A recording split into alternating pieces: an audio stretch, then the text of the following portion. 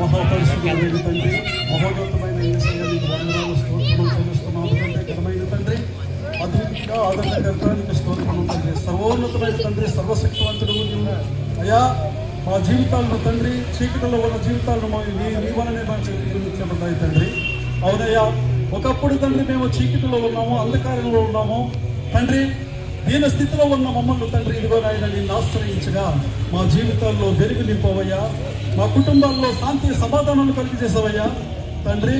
ఒకప్పుడు ఏం చేస్తామో ఎలా ఉన్నామో నాకే తెలియని పరిస్థితుల్లో ఉండగా అయ్యా నీ అత్యున్నతమైన నీ యొక్క కృపను పెట్టి ధన్యతను పెట్టి ప్రభా తండ్రి ఇదిగోనైనా మేము ఈ దినము తండ్రి ఎంతో ఆనందంతోనూ శాంతితోని సమాధానాలు కలిగి కుటుంబాల్లో తండ్రి ఎలా నడుపుకోవాలో ఎలా సరి చేసుకోవాలో ఇట్టి జ్ఞానం మాకు దయచేసి ఉన్నావు తండ్రి. మా కుటుంబాలను నీ వెలుగుతో నింపవయ్యా. అవునయ్యా, లోకానికి వెలుగై ఉన్న తండ్రి మమ్మల్ని కూడా తండ్రి నువ్వు వెలుగుగా మార్చినందుకు నీకు వేలాది కృతజ్ఞతాస్తుతులు చెల్లిస్తున్నాం తండ్రి.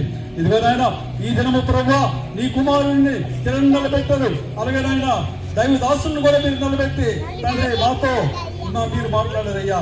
మీరు మాట్లాడే ప్రతి మాట తండ్రి మాకెంతగానో తండ్రి వెలుగుని శాంతిని సమాధానమును కలుగు చేసే మాటలయ్యా తండ్రి. అయ్యా నీవు ఇట్టి కృపను దయచేసిన మీకు వందనాలయ్యా. అవునయ్యా, నీవు లేకుండా ఏదీ కలగలేదు. ఏదైనా కలిగిందంటే అది నీ వలనే కలిగిందయ్యా.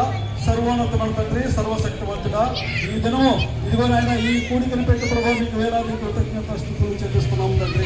అయ్యా, ఈరోజు అప్పలరాజు తండ్రి మిగతా మరి వారి సహోదరులను పెట్టి కూడా ప్రభావం మీకు వేలాది కృతజ్ఞతాస్తుతులు వందనాలు చెల్లిస్తున్నాం తండ్రి. వారి గృహమును మీరు కేంద్రముగా చేసుకొని తండ్రి నీ ప్రజల మధ్య నీ విశ్వాసం తండ్రి నీ బిడ్డల మధ్య నీ పరిశుద్ధుల మధ్య